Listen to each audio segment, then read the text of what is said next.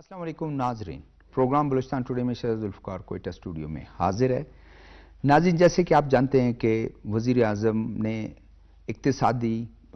رابطہ تنظیم میں اجلاس میں شرکت بھی کی۔ انہوں نے بڑا اہم خطاب ان کا تھا۔ وزیر اعظم کہتے ہیں کہ تجارت اور سرمایہ کاری کے فروغ، علاقائی روابط کے فروغ کے ہمارے مشترکہ مقاصد کامیابی کی کنجی ہے۔ زور انہوں نے دیا ریجنل کنیکٹیویٹی۔ ریجنل کنیکٹیویٹی پر تمام ممالک زور دیتے آئے ہیں۔ دوسرا ہمارا موضوع آج ہوگا بھارتی فوج کے نائب سربراہ لیفٹیننٹ جنرل راہل سنگھ کا پبلکلی اعتراف ہے کہ بھارت کے جنگ میں پاکستان کو بھارتی فوجی ٹھکانوں کے بارے میں براہ راست معلومات حاصل رہیں۔ اب بار بار ان کے اپنے اعتراف بھی آتے جا رہے ہیں کہ ہم میں کیا کمزوریاں تھیں اور پاکستان کی کیا کامیابیاں تھیں۔ اب دشمن بھی پاکستان کی اس کامیابیوں کا اعتراف کر رہا ہے۔ تیسرا ہمارا موضوع ہوگا محرم الحرام ہر سال آتا ہے اور اس میں وفاقی حکومت، صوبائی حکومتیں جو ہیں اپنے اپنے طور پر فول پروف ارینجمنٹ کرتی ہیں۔ وفاقی حرام کے امان کے لیے کنٹرول روم وزارت داخلہ میں قائم کیا اور یہ کنٹرول روم تمام حکومتوں کے ساتھ رابطے میں رہے گا۔ ناظرین، اپنے پینلسٹ کا تعارف کراتا چلوں۔ میرے پہلے پینلسٹ ہیں عطاء الرحمان صاحب۔ عطاء الرحمان صاحب ایک تجزیہ نگار ہیں۔ میرے دوسرے مہمان ہیں احمد وقاص کاشی صاحب، یہ بھی تجزیہ نگار ہیں اور آتے رہتے ہیں ہمارے پروگرام میں، شاعر بھی ہیں، ادیب بھی ہیں۔ میرے تیسرے مہمان سلیم شاہد ہیں، سینئر جرنلسٹ ہیں، ڈان کے ساتھ وابستہ ہیں۔ چوتھے مہمان ٹیلی فون لائن پہ ہوں گے ایمبیسڈر نغمانہ ناہید۔ آپ سب کو خوش آمدید۔ Thank you sir. عطاء الرحمان صاحب، ایس او کے خطاب جو وزیر اعظم کا خطاب ہے جس میں انہوں نے خطاب کیا ہے، علاقائی اتحاد پر زور دیا، پھر ساتھ میں انہوں نے واٹر کا جو ایک ویسے ہی ایک ایشو کھڑا کر رکھا ہے، انڈیا نے دھمکیاں دیتا آ رہا ہے کہ میں یہ کر دوں گا، میں نے معطل کر دیا، اور انٹرنیشنل کورٹ کا ابھی ایک وہ فیصلہ بھی آ گیا جو اس کے منہ پر ایک تمانچہ بھی ہے۔ پھر ساتھ میں غزہ پر جو ہے وزیر اعظم نے بات کیا کہ اس کی شدید، ساتھ میں یہ بھی بات کیا کہ اسرائیل نے جو جارحیت کی اور ایران پر حملہ کیا۔ جی بسم اللہ الرحمن الرحیم۔ شہزادہ صاحب بہت مہربانی۔ شنگھائی کوآپریشن آرگنائزیشن کا جو 17 سمٹ جو اس وقت آذربائیجان میں ہوا، اس سے پرائم منسٹر محترم میاں شہباز شریف نے جو خطاب کیا، اس میں انہوں نے جو اہم نکات جس کی طرف آپ نے اشارہ بھی کیا، اس میں پہلی بات انہوں نے ریجنل کنیکٹیویٹی کے حوالے سے کی کہ چونکہ اس آرگنائزیشن میں بڑے امپورٹنٹ ممالک وہ شامل ہیں، اس میں رشیا ہے، چائنا ہے، پاکستان ہے، انڈیا ہے اور سینٹرل ایشیا کے جو ممالک ہیں، اور 3 آبزرور جو اس میں ممالک ہیں وہ بھی ریجنل حوالے سے ان کو بڑی امپورٹنس حاصل ہے۔ تو اگر ان کے درمیان کوآپریشن جو ہے یا کنیکٹیویٹی بڑھے گی تو یہ سب کے مفاد میں ہے، اور اگر کنفرنٹیشن ہوگی تو وہ کسی کے بھی مفاد میں نہیں۔ لیکن اس حوالے سے بات یہ کی جاتی ہے کہ چونکہ اس میں جو ممبر سٹیٹس ہیں اس میں بعض ایسے ممبر سٹیٹس ہیں کہ جن کا رویہ شروع سے نیگیٹو رہا ہے اور وہ ایک بحث کا شکار ہے جس میں انڈیا سر فہرست ہے۔ وہ ہمیشہ اس کی یہ کوشش ہوتی ہے کہ وہ چاہے SCO کے فورم سے ہو یا کسی اور فورم سے ہو، پاکستان کو کسی نہ کسی حوالے سے نقصان پہنچائے۔ نقصان، اور اس کا دعویٰ جو تھا، اگر آپ دیکھیں کہ سال پہلے اس کا دعویٰ تھا کہ میں پاکستان کو تنا کر دوں گا، لیکن آج خود تنائی کی طرف بالکل، اور پاکستان کو، بلکہ جب پاکستان کی ممبرشپ کی بات ہو رہی تھی تو اس میں بھی بڑی رکاوٹیں انڈیا کی طرف سے کریٹ کی گئی، لیکن الحمدللہ وہ انڈیا ہمیشہ ناکام پہلے بھی ہوا ہے، آگے بھی ہوتا رہے گا۔ تو ایک تو ریجنل کنیکٹیویٹی کے حوالے سے بات ہوئی، اور یہ ریجنل کنیکٹیویٹی جب ہوگی یہ سب کے مفاد میں، اور انڈیا کو وہ جو ایک متعصبانہ جو ایک رویہ ہے وہ چھوڑ دینا چاہیے۔ ہمیشہ اس کو شرمندگی کا سامنا کرنا پڑا ہے، اور ہمیشہ انڈیا کا موضوع جو ہے آگے جو ان کے جو وائس ایئر چیف ہیں، ان جو آرمی چیف ہیں، ان سے ان پر بات کریں گے۔ پہلے ہم اس پہ بات کرنے ذرا تو اس میں بھی چونکہ وہ اس حوالے سے میں نے بات کی کنیکٹیویٹی کے حوالے سے، تو اس کے بعد پرائم منسٹر صاحب نے بات کی کہ جو کلائمیٹ چینج ہے اس وقت بڑا سیریس ایشو ہے، اور پاکستان جو ہے وہ ان 10 ممالک میں شامل ہے جو اس سے سب سے زیادہ افیکٹ ہو رہے ہیں. اور پھر انہوں نے خصوصاً بات کی جو 2022 میں پاکستان میں جو بارشیں ہوئی بالکل ان ایکسپیکٹڈ قسم کی بارشیں جس سے بہت زیادہ تباہی ہوئی اور 3 کروڑ سے زیادہ لوگ پاکستان میں اس سے متاثر ہوئے. تو انہوں نے اس کو ٹیکل کرنے کے لیے مختلف اربوں روپے کا نقصان، اربوں روپے کا نقصان، انفراسٹرکچر تباہ ہوا. بالکل انہوں نے کہا کہ جی صرف فائنانس نہیں بلکہ اس کے حوالے سے تمام یہ جو فورم ہے اس کو جوائنٹلی ایفرٹس کرنی چاہیے. اور اگر یہ جوائنٹلی ایفرٹس کریں گے کیونکہ سب اس سے متاثر ہیں، پاکستان زیادہ متاثر ہے، باقی ممالک بھی اس سے متاثر، تو کوئی ایسے نہیں ہو سکتا کہ جی خدا نخواستہ صرف ہم متاثر ہوں گے تو باقی کسی کو نقصان نہیں ہوگا. تو یہ ایک نیچرل ایک کیلمٹی اور ایک نیچرل چینج جو گلیشیئر پگھلتے ہیں اور جو دوسری ایشوز جو آ رہے ہیں بارشوں سے اور فلیش فلڈنگ وغیرہ، تو اسے بڑے نقصانات ہوئے. تو یہ اس پہ پرائم منسٹر صاحب نے بڑا فوکس کیا. اور پھر غزہ میں جو کارنیج جو ہے جو ایک ایتھنک کلینزنگ ہم اسے کہہ سکتے ہیں بلکہ کہہ نہیں سکتے ہو رہی ہے یہ ایتھنک کلینزنگ، تو اس پہ روزانہ جو یعنی بے گناہ لوگوں کا قتل عام کیا جا رہا ہے اور وہ بھی امداد کے منتظر جو بچے بچیاں ضعیف لوگ ان پہ جس طرح کی بمبارڈمنٹ ہوتی ہے جس طرح کی فائرنگ ہوتی ہے تو یہ تو مطلب گولی سے نہ مارو آپ بھوک سے مارو، بھوک سے مار دو. تو اس پہ انہوں نے بڑا پاکستان کا شروع سے بڑا واضح اس پہ سٹانس رہا ہے اور پاکستان نے ہمیشہ اسرائیلی جو بھی اگریشنز رہے ہیں وہ مڈل ایسٹ میں کسی بھی ریجن میں ہو اور خصوصاً غزہ میں تو ظلم کی ایک انتہا ہے. تو اس پہ انہوں نے کھل کے بات کی کہ اسرائیل نے اس وقت جو ظلم کا بازار گرم کر رکھا ہے، انٹرنیشنل جو یعنی جو کمیونٹی ہے اس کو اس کا نوٹس لینا چاہیے. اس پہ اس طرح جیسے ابھی وہ بالکل خاموش. میں آپ کو روکوں گا. ایمبیسڈر نغمانہ نوید صاحبہ ہمارے ساتھ ہیں. السلام علیکم. السلام علیکم. جی وعلیکم السلام. Ma'am thank you very much for your time. You are very welcome. جی تھینک یو. جی ایس سی او کانفرنس میں پرائم منسٹر گئے اور پرائم منسٹر نے خطاب کیا، بہت ریجنل کنیکٹیویٹی کی بات کی اور ریجنل اتحاد کی بات کی. کیسے دیکھتے ہیں آپ ان کے خطاب کو؟ سب سے پہلے تو بہت شکریہ آپ نے مجھے اپنے پروگرام میں آنے کا موقع دیا. ایس سی او ایک بہت ہی اہم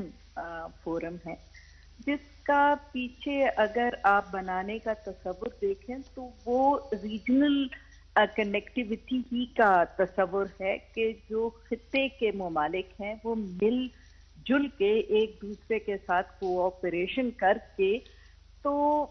جو سسٹینیبل ڈیولپمنٹ ہے فیوچر کی اس کی طرف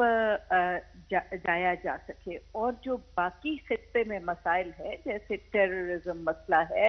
جیسے اب پانی کا اتنا بڑا مسئلہ انڈیا نے شروع کر دیا ہے اور اس طرح کے بہت سارے اہم مسائل ہیں جو خطے کے آپ سمجھے کہ کامن مسائل بھی ہیں. اور کیونکہ یہ خطہ بہت ہی اسٹریٹجیکلی لوکیٹڈ ہے اس پہ ظاہر سی بات ہے جو بڑی طاقتیں ہیں اور جو بڑے دوسرے ممالک ہیں ان کا آپس کا جو کمپٹیشن اور کانسنٹریشن ہے وہ بھی بہت اثر انداز ہوتی ہے. اس لیے وہاں ہم ہر سال پریزیڈنٹ اور پرائم منسٹر اس کے 2 اجلاس ہوتے ہیں اس میں جاتے ہیں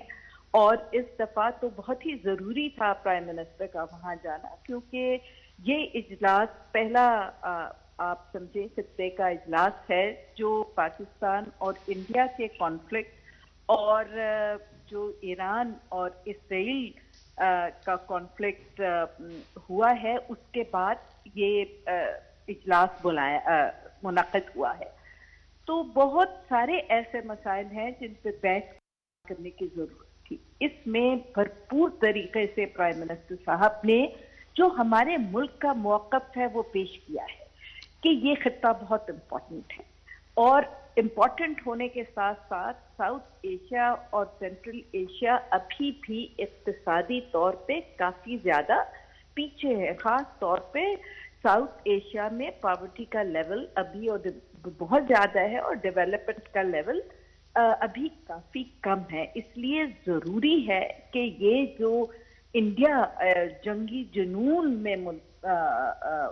سارٹ آف انوالو ہو گیا ہے اور جس طرح سے وہ چاہتا ہے کہ یہاں ایک ہیجمنی ہم بنا لیں اور ساری جو باقی سارک کے چھوٹے ممالک ہیں ان پہ ہم دھونس جماتے رہیں تو یہ نہیں چل سکتا. میم آپ نے انڈیا کے بارے میں بتایا اور پاکستان ہر فورم پر جو یک طرفہ جو اس کی انڈس واٹر ٹریٹی کی جو ہے معطلی ہے پاکستان اس کو اٹھاتا رہا ہے. یہاں بھی پرائم منسٹر نے کہا کہ اس کو جنگ تصور کیا جائے گا. جی بالکل یہی میں عرض کر رہی تھی کہ پرائم منسٹر صاحب نے جو ہمارا موقف ہے ہر چیز کے اوپر اسے بہت پرزور طریقے سے اٹھایا ہے. اور دیکھیے یہ جو پانی کا مسئلہ ہے یہ تو ایگزسٹینشل ایشو ہے اور یہ صرف انڈیا پاکستان کا ایشو نہیں ہے. اس پہ صرف ایک انڈس واٹر ٹریٹی جو ہے وہ نہیں ہے بلکہ اور بھی انٹرنیشنل ایسے ٹریٹیز ہیں, ایسے ایگریمنٹس ہیں جو اپر رائپیرین اور لوور رائپیرین اسٹیٹس کے جو رائٹس ہوتے ہیں انہیں پروٹیکٹ کرتی ہیں. اس میں ہیلسنکی ایکارڈز بھی ہیں. تو یہ جو بھارت سمجھ رہا ہے کہ جی وہ شاید بہت بڑا ہو گیا ہے پولیٹیکلی اور اکنامکلی اور اسٹریٹجیکلی اور وہ جو چاہے گا جب چاہے گا وہ اپنے نیبرہڈ میں اس طرح کا فساد کھڑا کر دے گا, تو یہ ان کی بہت بڑی غلط فہمی ہے. اور یہ انہوں نے ہمارے 4 دن کے کانفلکٹ میں دیکھ بھی لیا اور ہر فورم پہ اور ہر جگہ اور خاص طور پہ ایس سی او میں بھرپور طریقے سے پرائم منسٹر نے یہ ایک دفعہ پھر بتا دیا ہے کہ کسی بھی حالت میں اگر یہ پانی پاکستان کا روکا گیا یا انڈس واٹر ٹریٹی کو مینیپولیٹ کرنے کے لیے اور اس کو ویپنائز کرنے کی کوشش کی گئی تو وہ ایک ایکٹ آف وار ہوگا. اور اس پہ ہم بالکل اپنے ڈیفنس کا حق محفوظ رکھتے ہیں اور یہ نہ صرف انڈس واٹر ٹریٹی کی وائلیشن ہوگی بلکہ یہ باقی انٹرنیشنل ایگریمنٹس کی بھی وائلیشن ہوگی اور ہم اس کو انٹرنیشنل کورٹ میں بھی لے جا سکتے ہیں. اور انڈس واٹر ٹریٹی کا اپنا ایک آربیٹریشن کا میکینزم ہے, ہم وہاں بھی اس کو لے جا سکتے ہیں اور ہم کسی حالت میں بھی یہ برداشت نہیں کریں گے کہ انڈیا کسی بھی طریقے سے اول تو وہ پانی روک نہیں سکتا. ابھی بھی دیکھیے ان کے ڈیم جو ہے وہ بریچ ہو رہے ہیں, پہلے ایک ہوا اب دوسرا ڈیم بریچ ہوا ہے, تو وہ ایک تو روک نہیں سکتا ہے. ایسے ہی دیگر دھمکیاں جو ہے وہ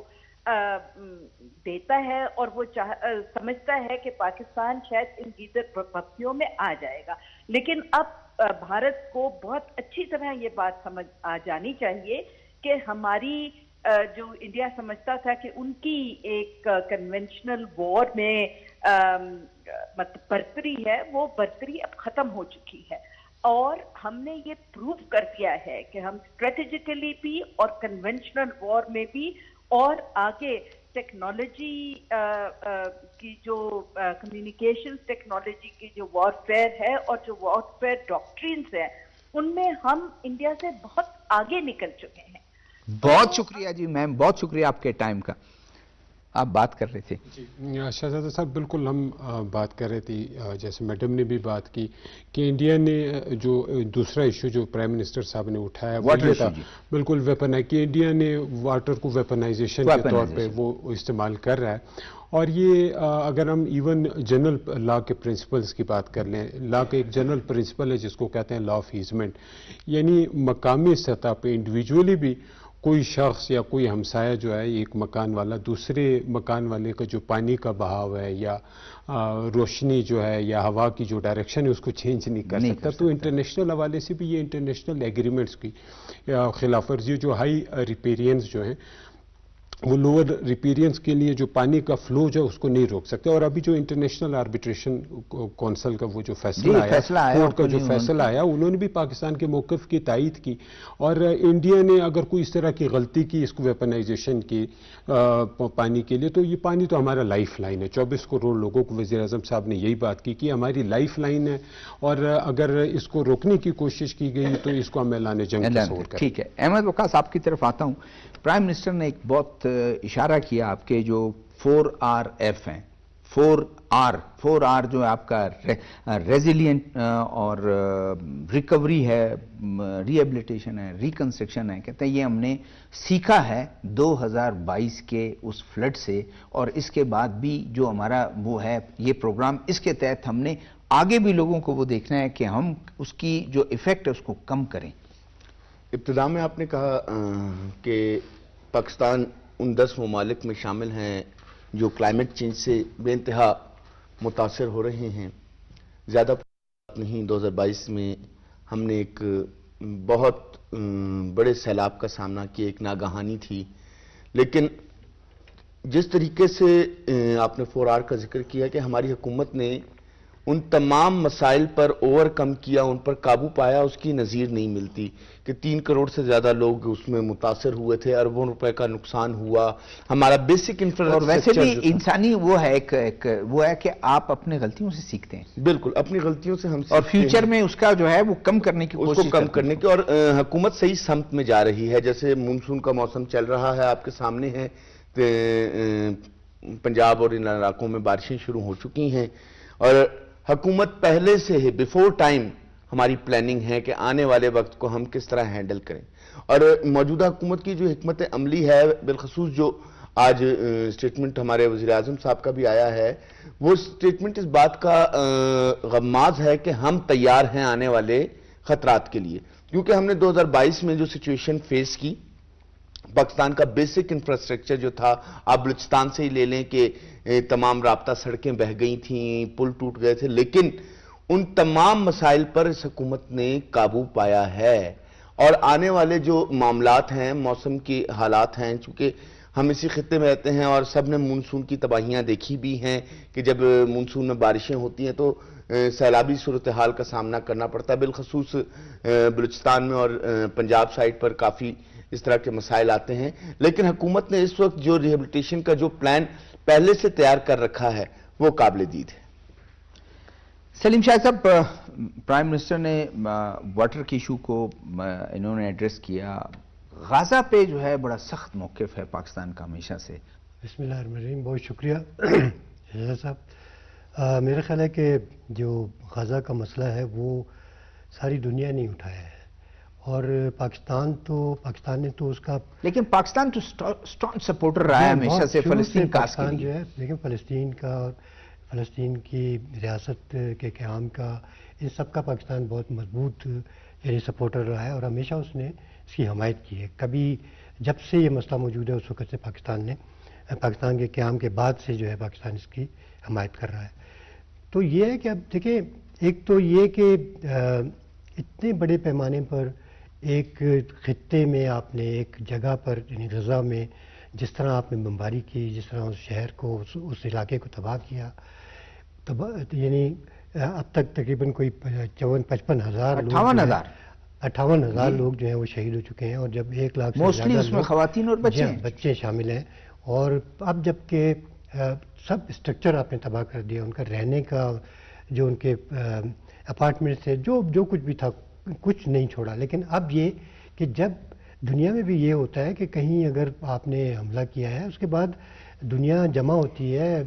جو ریلیف کے جو ادارے ہوتے ہیں وہ آتے ہیں، ان کی مدد کرتے ہیں، ان کو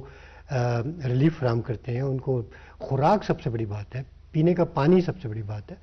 اب جب کہ وہاں پہ اتنی تباہی کر دی ہے، لیکن اس کے باوجود اسرائیل جو ہے اس کا دل نہیں بھرا ہے، اور وہ یعنی اس نے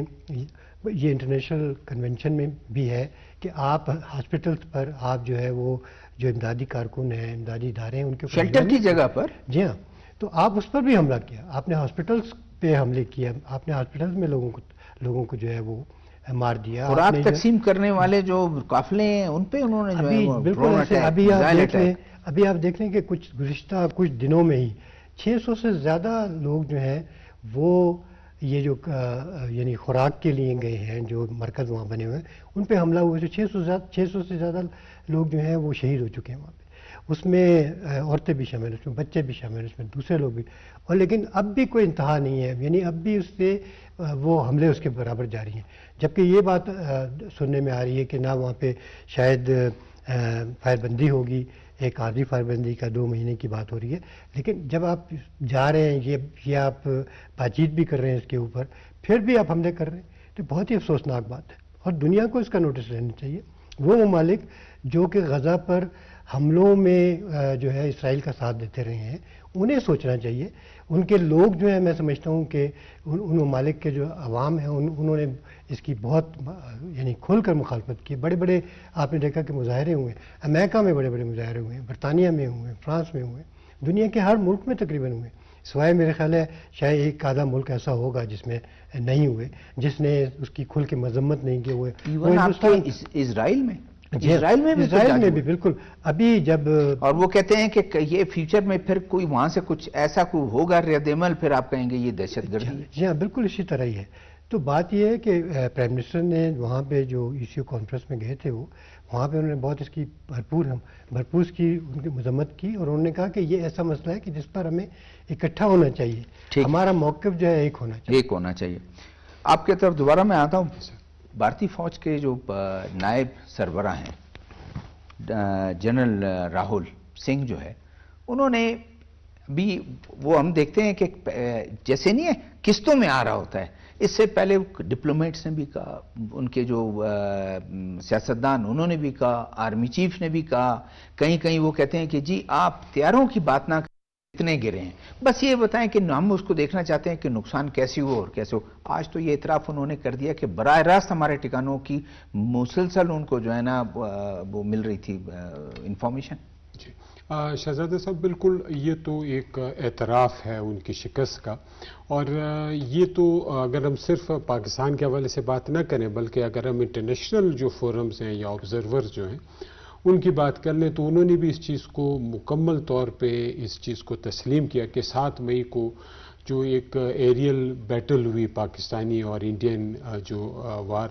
پلینز جو تھے ان کے درمیان میں, فائٹر جیٹس کے درمیان میں, اس میں کوئی 125 کے لگ بھگ جہاز جو تھے وہ انوالو تھے, اور اس میں الحمدللہ پاکستان کو بہت بڑی کامیابی ملی, اور کم سے کم ان کے 6 جہاز جو تھے جن پہ ان کو بڑا گھمنڈ تھا رافیل کا, اور پاکستان کے جو J-10C اور JF تھنڈر جو تھے 17, پاکستان نے ان کے ذریعے انڈیا کا یہ جو ایک غرور تھا وہ خاک میں ملا دیا, اور اس کے بعد ان کو اپنے رافیل سارے جو تھے وہ گراؤنڈ کرنے پڑے. اور انٹرنیشنل حوالے سے بھی جو J-10C کی جو پرائزز جو تھی یا جو کمپنی اس کو پروڈیوس کر رہی ہے اس کے شیئرز بہت بڑھ گئے, جبکہ رافیل کے جو پرائزز جو اس کے شیئرز تھے وہ بہت زیادہ ڈاؤن ہوئے. تو یہ تو ایک ساری دنیا کو پتہ ہے, اور انڈیا نے پہلے کافی جھوٹ بولا, اپنے لوگوں کو بڑا دھوکہ دیا کہ جی ہم نے یہ کیا, اور میڈیا نے بھی جو ہے وہ انڈیا میڈیا تو ویسے وہ جیسے بالی ووڈ کی فلمیں وہ اسی طرح بالی ووڈ کی فلموں کی طرح ریئل لائف جو ہے وہ بالی ووڈ کی فلموں سے بالکل ہٹ کے ہے. تو وہ تو ان کو ایک بالکل منہ کی کہانی پڑی, ایک بہت واضح ان کو شکست ہوئی. پھر ان کا یہ خیال تھا کہ جی ہم جب بھی چاہیں گے پاکستان پہ ہم سرجیکل سٹرائکس کر دیں گے, جو کنونشنل ویپنز ہیں ہمیں اس پہ پاکستان پہ بڑی سرجیکل اسٹرائک کا جو انہوں نے نام دیا تو اس میں بھی منہ کی کھانی پڑی, اور ان کو پھر ان کے جو جہاز تھے وہ پاکستانی بارڈر سے 100 کلومیٹر دور وہ فلائی کرتے تھے, بلکہ بارڈر کے 100 کلومیٹر تک وہ قریب نہیں آتے تھے. ٹائم کم ہے, میں آتا ہوں احمد وقاص صاحب کے پاس. کیا دیکھیں اسی لیے کہتے ہیں کہ کچھ ٹائم کے لیے تو غالب رہتا ہے, لیکن سچ پھر ہمیشہ کے لیے اس کو بالکل اس پر چھا جاتا ہے. جھوٹ بولتے رہے کہ ہم نے یہ کر دیا, وہ کرتے ہیں, پاکستان نے صبر کر, پاکستان نے کہا کہ چھوڑ دیں خود پتہ چل جائے گا. اب ان کے ہی لوگ اعتراف کرتے جا رہے ہیں. آپ نے موجودہ حکومت کی ایک جو کامیاب خارجہ پالیسی کا مظہر آپ کے سامنے ہے کہ مئی سے لے کر آج جولائی کا مہینہ چل رہا ہے, شاید ہی کوئی دن ایسا آیا ہو جو ہم نے خارجہ محاذ کو خالی چھوڑا ہو. اور انٹرنیشنلی ہم نہیں کہہ رہے, انٹرنیشنلی پہلے یہ بات کہی جاتی تھی کہ ہندوستان کو شکست نہیں شکست فاش ہوئی, پھر اس کے بعد اعتراف جرم بھی, اعترافی بیانات بھی آ گئے کہ ہم کمزور ہیں. یاد رکھیے کہ ہتھیاروں سے جنگیں نہیں جیتی جاتی, ورنہ دنیا کا بہترین جنگی جہاز کہلائے جانے والا رافیل ان کے پاس تھا. ازراء تفنن لوگ یہ کہہ رہے ہیں کہ رافیل کمپنی نے فیصلہ کیا کچھ جہاز تحفے میں پاکستانی فوج کو دے دیں تاکہ ہماری ساکھ بہتر ہو, تاکہ وہ بہتر اس کو چلا سکیں, چلانے والے بھی ہونے چاہیے, ٹیکنیکلٹیز بھی ہیں, ٹیکنیکل لوگ بھی ہونے چاہیے, افواج کے, اور سب سے بڑھ کر حوصلے بھی ہونے چاہیے. آپ کے پاس افواج ہیں, دنیا کی ایک بڑی فوج آپ کے پاس ہے, لیکن آپ کے پاس قابلیت نہیں ہے, اور آپ نہیں، آپ کے اعلیٰ ترین افسران، آپ کے سیاسی لوگ، آپ کے پولیٹیشنز اور دیگر تمام لوگ اس بات کا بار بار گاہے بگاہے اعتراف بھی کر رہے ہیں کہ پاکستانی افواج ہر لحاظ سے ہندوستانی فوج سے بہتر تھی، چاہے وہ جنگی محاذ میں ہوں، ٹیکنیکلٹیز ہوں یا آئی ٹی کا میدان ہو، ہر جگہ پر ہم نے ان کو شکست دی، اور آج واضح طور پر ان کا اعترافی بیان بھی آ گیا کہ ہمیں شکست ہے۔ سلیم، شاید بار بار دیکھیں، آج میں دیکھ رہا ہوں کبھی آپ اس کے جھوٹ کے، ابھی بھی آپ دیکھیں کہ جھوٹ یہ ہے کہ جی ہم 3 دشمن سے لڑ رہے تھے، چائنا بھی تھا، پہلے چائنا کا الزام لگاتے تھے، پھر بعد میں ابھی انہوں نے ترکیہ کا بھی الزام لگانا شروع کر دیا، اور مجھے آج ڈان اخبار میں جو وزیر اعظم ملے ہیں ٹرکش پریزیڈنٹ سے، اور جس طرح وہ جو ہے ان کو ملے ہیں، تو مجھے وہی یاد آ رہا ہے کہ اب تو کہیں گے دیکھیں اس طرح گلے مل رہے ہیں تو یہ بھی ہیں، اور پھر کل جو ہے کہیں گے کہ سارے دوسرے ممالک بھی جو ہیں وہ بھی پیچھے کھڑے تھے۔ بالکل ہو سکتا ہے کہ کل کوئی اس پر بھی کوئی وہ ایک کہانی بنا کر جو ہے ایک پروپیگنڈا کریں ان کے اس طرح اپنی خامیوں کو نہ دیکھتے ہوئے۔ بات یہ ہے کہ دیکھیں شکست کا اعتراف اپنی کرنا بہت مشکل بات ہے، اور جو شکست اور اپنی غلطی کا اعتراف کرتے ہیں وہ بڑے لوگ ہوتے ہیں، تو وہاں سے ہمیں اس بات کی توقع نہیں رکھنی چاہیے کہ وہ کوئی اپنی اس کا ہمیشہ سے ان کا معاویانہ رویہ رہا ہے پاکستان کے بعد سے آج تک، اور خاص طور پہ زمانے میں تو آپ دیکھ لیں کہ کیا کچھ ہوتا رہا، یعنی جو کچھ وہاں پہ اگر کوئی کچھ تھوڑا سا بھی کچھ ہوا ہے تو اس میں پاکستان پہ اس کا الزام لیکن کافی دنوں سے مودی خاموش ہے۔ جی ہاں بالکل خاموش ہے۔ پھر یہ ہے کہ دیکھیں جب جنگ ہوئی، وہ ایک مختصر جنگ ہوئی، تو دنیا اصل چیز بات یہ ہے کہ دنیا نے کیا کہا، انہوں نے بتایا، انہوں نے اسی وقت یہ باتیں، یہ پاکستان نے نہیں بلکہ دنیا کے اور میڈیا جو تھا،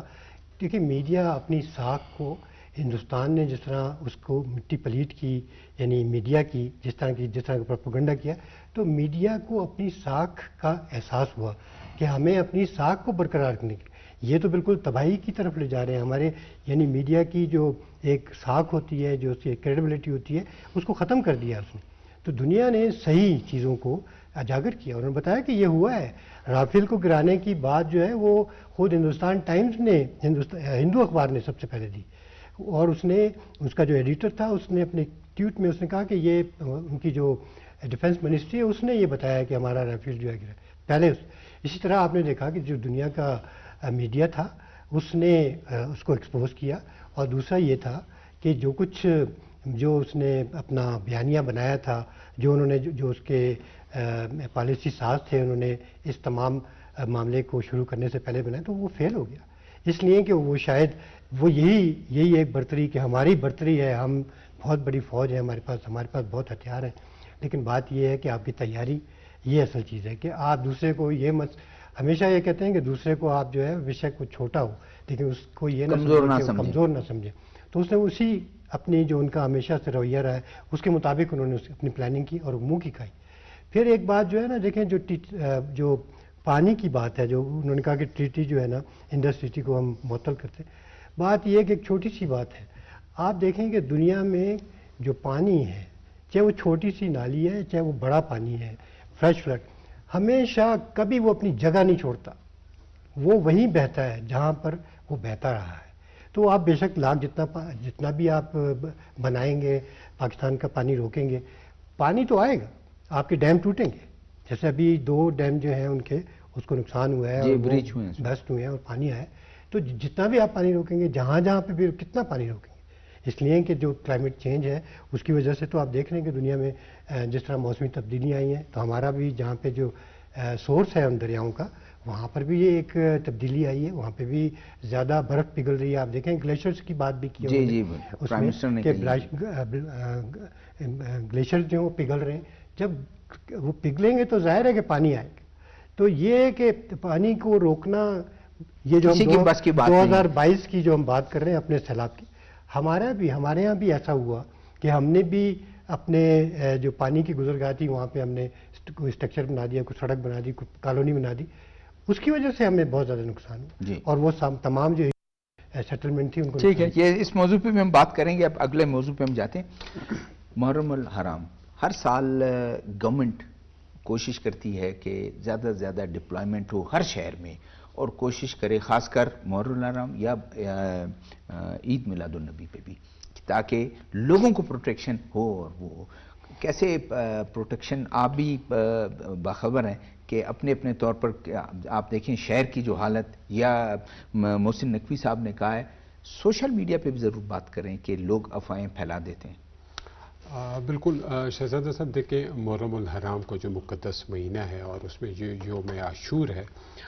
ہر سال اس حوالے سے خصوصی انتظامات کیے جاتے ہیں. اور چونکہ پچھلے الحمدللہ ابھی کئی سالوں سے شکر اس طرح کے واقعات نہیں ہوئے، لیکن چند سال پہلے جو بہت زیادہ انپلیزنٹ قسم کے انسیڈنٹس ہوئے، تو ضرورت بھی اسی امر کی ہے کہ فول پروف سیکیورٹی ہو. اور یہ فول پروف سیکیورٹی کے انتظامات اس سال بھی الحمدللہ کیے گئے، سارے صوبے میں کیے گئے، اور فیڈرل لیول پہ بھی فیڈرل گورنمنٹ نے بھی، جیسے آپ نے کہا کہ محسن نقوی صاحب نے بات کی، تو سارے ملک میں وہ اقدامات کیے گئے، اور اس کی ضرورت بھی ہے تاکہ یہ ایک مذہبی جو ایک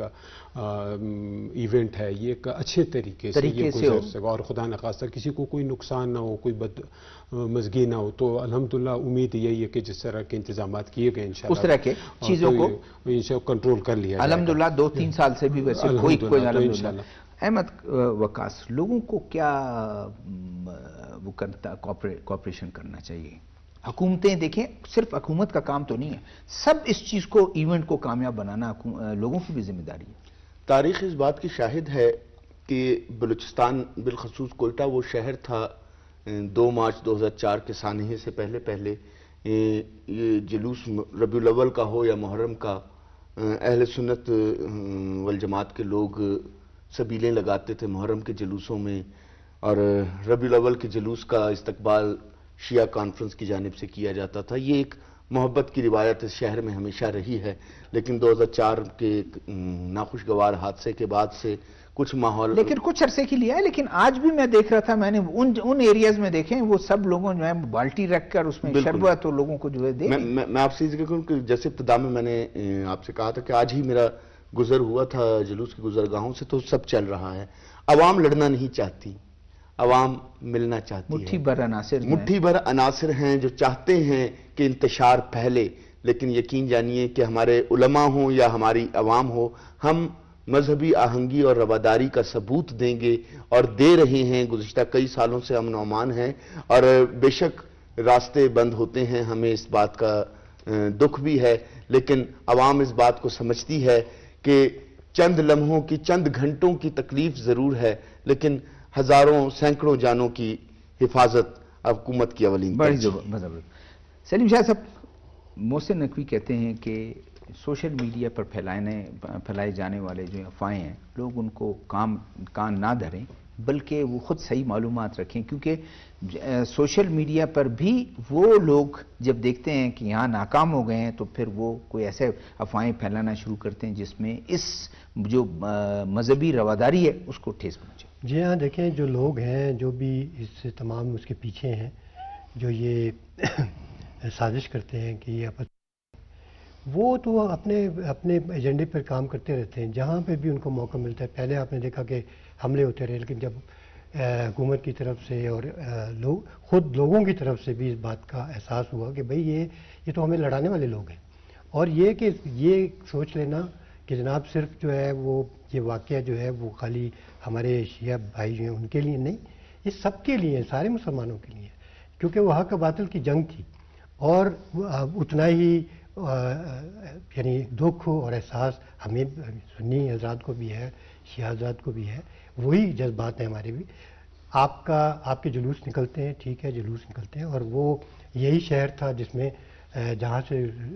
گزرگاہ ہے اس کی لیاقت بازار اور مشن روڈ، وہی سارے وہاں پہ جلوس گزرتا تھا، اور پیچھے دکانیں کھلتی چلتی تھیں، کوئی اتنا بہت کم پولیس وہاں پہ جمع ہوتی تھی اس کی حفاظت کے لیے. لوگ خود